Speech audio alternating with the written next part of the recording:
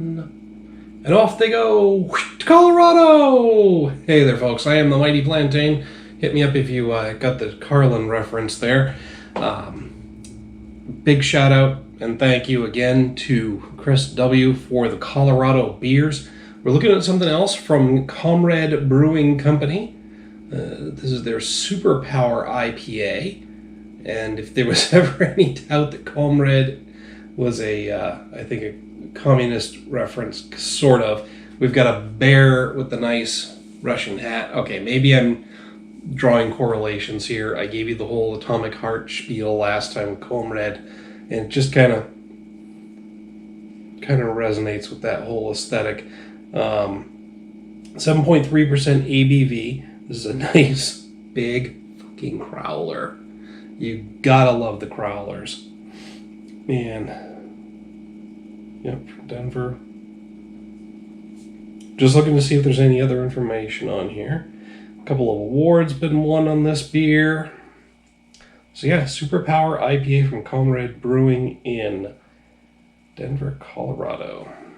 Oh man, I've said it before and I'll say it again. You think the Foster's beer can gets you some respect at the bar, just crack open the crowler and start carrying this bad boy around. Although the crowler is usually a take-home option, so drinking it at the bar is not an option, but in your backyard or at the family barbecue, just double fist these bad boys, see what people say. Actually, more interesting than what they say will be the looks on their faces. Man, see, that's the one drawback, is you gotta watch that dribble down the side of the can, because it creates... I can't remember what the scientific term is, but basically the surface tension, if you start dribbling down the side of the can, makes a runnel, rivulet. Anyway, the liquid just kind of flows, and I just wasted some beer. But don't worry, I'll get a straw and take care of it later. I think I said that the last time I overpoured a crowler onto the table. Damn, that's got a nice aroma. I mean, we're going to take a look at it first. Hang on.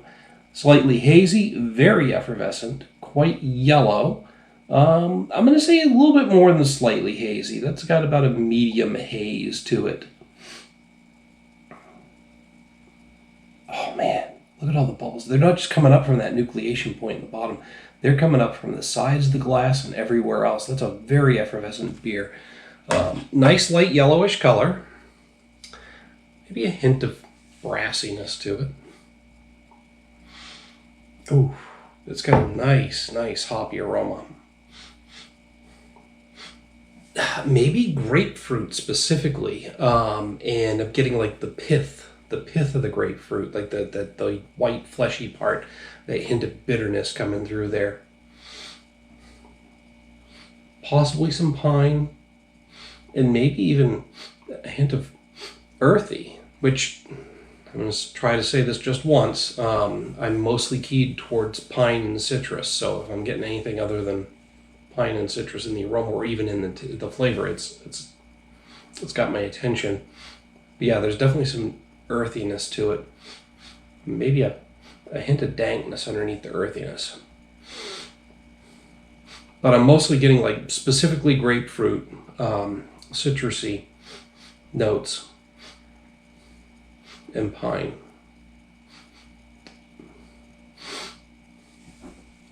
There might be a roasty or smoky character to it too. Like on the very back end, I'm getting an almost metallic yet smoky character. It's weird. Okay. It's got a very complex aroma. Let's go with that.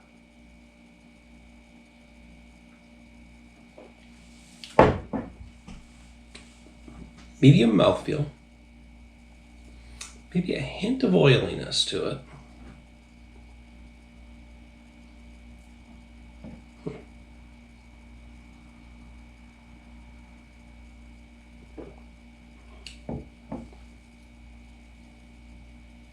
Okay. It's got an interesting flavor. I'm pausing here because I'm trying to put my finger on some of these things. That hint of smokiness I was getting in the aroma, the smokiness is still here. Now, I know some brewing companies in certain beers will actually smoke their hops before hopping up their IPA, and that carries through in the flavor of the beer. I don't know, they didn't mention on the label, and Chris may have mentioned it as he was handing me the stuff. He told me all about the beers, but I'm drawing a blank right now as to whether or not they did smoke the hops in this one, but I wouldn't be surprised to hear that they did. Pardon, a little burp there.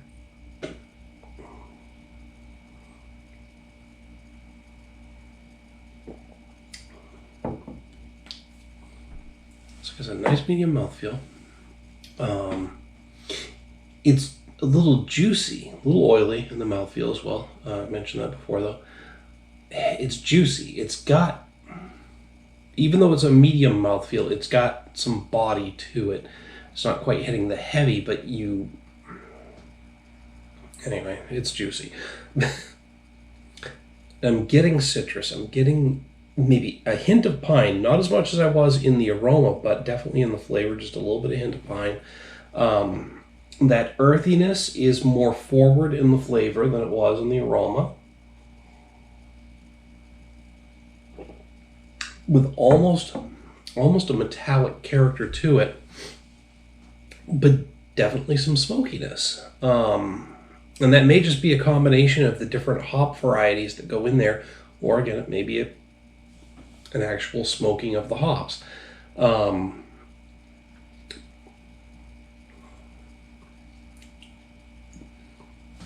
Yeah, maybe a touch of dankness following up that metallic earthiness. I mean, at 7.7%?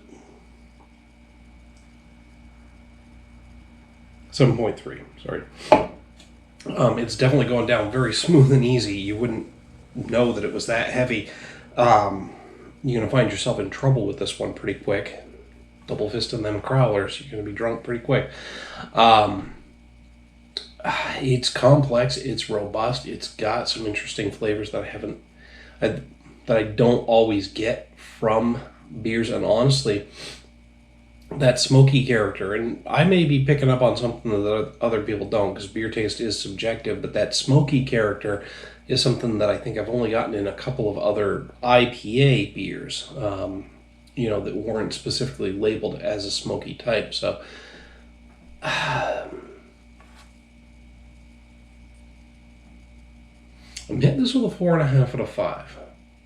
It's not quite on that full-on wow or unique reaction, but it's definitely given me some stuff that I don't see in many IPAs. So I've got to give it the extra point. So like I said, it's not quite in that wow or unique category of a full-on 5 out of 5, but it's as close as it's going to get. I'll tell you what, if I ever do find myself in that area, I've got to check these guys out, because between this Superpower IPA and the I think it was Yellow Fever Blonde Ale, the jalapeno, I mean, it's two very solid beers. Say what you will about the fucking commies, but Comrade Brewing seems to have their shit together and be making some really good beers, so.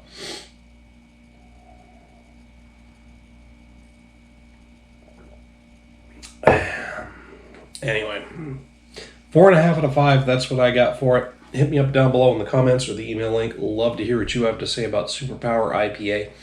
While you're down there, don't forget to like and share the video. Make sure to subscribe to the channel. Folks, keep dropping those viewer suggestions in my comments or the email link. Again, I will try to find what I can locally, and we'll see what we can do. If you've got some beers that you really, really want to get in my hands, hit me up in the same place, comments or the email link, and get you a P.O. box address. You can ship some stuff out. Shipping is prohibitive. Or folks who are making cross-country trips and just want to drop some off, free beer is always appreciated, and I'll definitely review them.